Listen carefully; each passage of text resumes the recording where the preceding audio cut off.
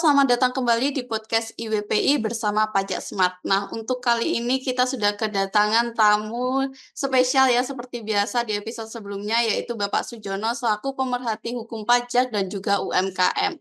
Nah, teman-teman, untuk episode kali ini kita akan membahas di mana beberapa waktu yang lalu itu ada dua angka besar nih yang muncul hampir bersamaan. Pertama, yaitu adalah sampai Juli 2026, penerimaan pajak sudah mencapai di angka 1.209,6 triliun. Apakah besar? Tentu saja besar. Tetapi target pajak tahun ini adalah 2.357,7 triliun. Artinya baru tercapai sekitar 51%. Sementara itu utang pemerintah sudah mencapai di angka 10.293 triliun. Angkanya yang cukup besar. Dan pemerintah itu masih mengatakan bahwa hal ini merupakan masih di taraf aman. Alasannya karena memang rasio utang terhadap ekonomi Indonesia masih sekitar 40%, sementara batas maksimal menurut undang-undang itu di angka 60%. Pertanyaannya kita adalah apakah selama utang belum mencapai 60% berarti semuanya masih baik-baik saja? Bagaimana nih kalau kita melihat dari sisi yang lebih dekat dengan kehidupan sehari-hari? Berapa pendapatan negara, berapa utang yang harus dibayar tahun ini, dan berapa bunganya? Dan yang lebih menarik bagi wajib pajak itu adalah kalau dibandingkan dengan penerimaan pajak, seberapa besar sebenarnya beban utang kita. Nah, ini yang akan kita bahas bersama Bapak Sujono hari ini ya, yang sudah hadir bersama kita. Selamat datang Pak, bagaimana nih Pak tanggapannya? Silakan. Ya, selamat pagi Ibu Ajijah. Eh, Assalamualaikum warahmatullahi wabarakatuh. Ya, saya ingin mengatakan kita jangan panik ya melihat angka hutang kita yang sebesar 10.293 triliun. Ya, tetapi jangan juga terlalu cepat merasa tenang ya. Karena pemerintah mengatakan utang baru 40%. Batasannya kan 60%. Ya, dan pemerintah merasa aman. Nah, menurut saya ini belum tentu menjawab persoalan sebenarnya. Ibarat orang punya kartu kredit, pertanyaannya bukan hanya berapa besar total utangnya, tapi yang perlu dicari tahu adalah berapa cicilan per bulan, berapa bunganya, dan berapa penghasilannya. APBN kurang, kurang lebih juga begitu cara menghitungnya. Oke. Nah, Pak Sujono, ini kan penerimaan pajak itu tumbuh sekitar 22% ya, dan sudah mencapai di angka 1.209,6 triliun. Bukankah itu sebenarnya kabar yang bagus ya, Pak ya? Ya, ini dibilang bagus, ya bagus juga, tapi ya ini belum tentu kabar baik ya. Sekalipun itu kelihatannya bagus ya. Karena kita melihat target pajak kan 2.357,7 triliun. Yang baru terkumpul kan baru 1.209,6 triliun, yaitu baru sekitar 51,3%. Padahal ini sudah bulan Juli loh ya, sudah 7 bulan lewat. Supaya target tercapai, 5 bulan terakhir pemerintah masih harus mengumpulkan sekitar 1.188 triliun lagi. Kalau dirata-ratakan sekitar 230 triliun setiap bulan. Saya melihat ini masih jauh ya dari angka 2.357 triliun di atas. Demikian Bu Aziza. Oke, kalau misalkan utang itu sudah mencapai di angka 10.293 triliun nih Pak, apakah boleh kita itu langsung membandingkan dengan pajak yang sekitar 1.209 triliun tadi? Ya, memang cara menghitungnya nggak bisa begitu. Penting kita ketahui supaya masyarakat tidak salah paham ya. Utang 10.293 triliun adalah total utang yang terkumpul selama bertahun-tahun ya, dari zaman Presiden Soeharto sampai sekarang, ya kan. Sedangkan pajak 1.209 triliun adalah pajak yang baru terkumpul selama 7 bulan tahun ini. Jadi tidak apple to apple kalau langsung dibandingkan. Yang harus kita lihat adalah berapa utang yang jatuh tempo tahun ini dan berapa bunga yang harus dibayar tahun ini. Demikian Bu Aziza. Eee, berapa sih Pak jumlah pokok dan bunga yang jatuh tempo pada tahun ini Pak? Ya, ini sangat besar ya. Utang pemerintah yang jatuh tempo pada tahun 2026 sekitar 834 triliun. Kemudian bunga hutangnya sekitar 599 triliun. Ini kalau kedua ini kalau kita jumlahkan itu menjadi 1.433 triliun. Bukan berarti uang sebanyak itu seluruhnya harus diambil dari pajak.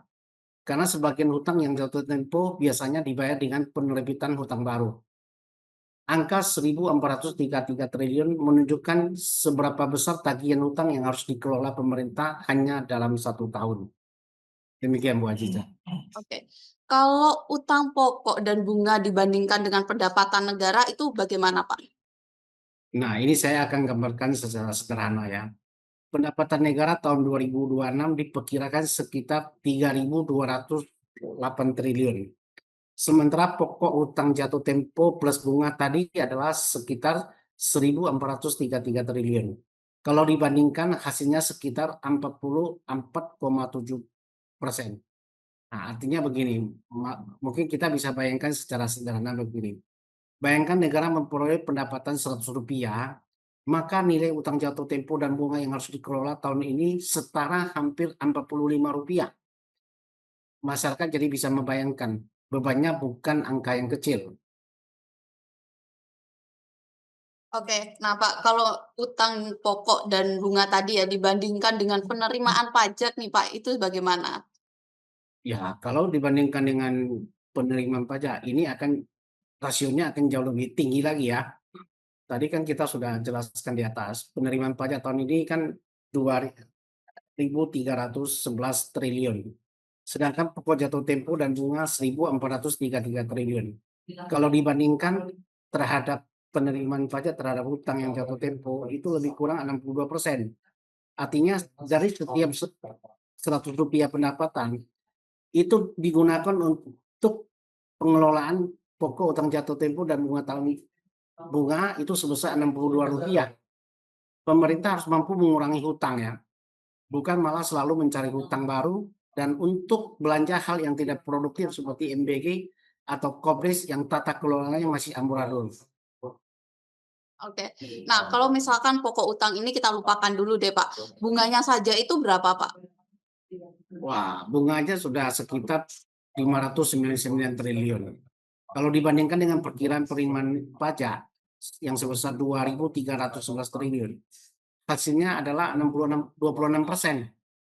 Artinya kalau pajak kita ibaratkan 100, ya nilai bunga hutang saja sudah setara 26 perak. Karena yang benar-benar mengurangi ruang APBN setiap tahun adalah biaya bunganya. Karena biaya bunga ini kan nggak bisa diperpanjang. Kalau hutang pokok kan bisa kita perpanjang, ya. Nah, kalau ini Pak, bagaimana sih Pak dengan batas utang yang 60% ya terhadap PDB menurut undang-undang tadi? Bukankah, itu tuh benar-benar ada di undang-undang, bagaimana Pak pendapatnya Pak? Betul, memang undang-undang memberikan batasan ya. 60% itu adalah pagar maksimum, angka maksimum yang dijaga oleh pemerintah, yang harus dijaga oleh pemerintah. Itu bukan target, ya. Bukan berarti kita aman sampai menyentuh pagar itu. Saya beri contoh, kalau sebuah jembatan mempunyai batas beban maksimum 10 ton, apakah berarti kita harus selalu membawa kendaraan 9,9 ton dan mengatakan tenang, belum 10 ton? Tentu tidak. Yang sehat justru menjaga jarak aman. Sama dengan hutang, kita tidak perlu menunggu 60% baru mulai khawatir. Kita harus melihat sejak sekarang, berapa bunganya, berapa jatuh temponya, berapa penerimaan negara. Dan paling penting, apakah utang itu menghasilkan manfaat ekonomi yang cukup untuk membayarnya kembali.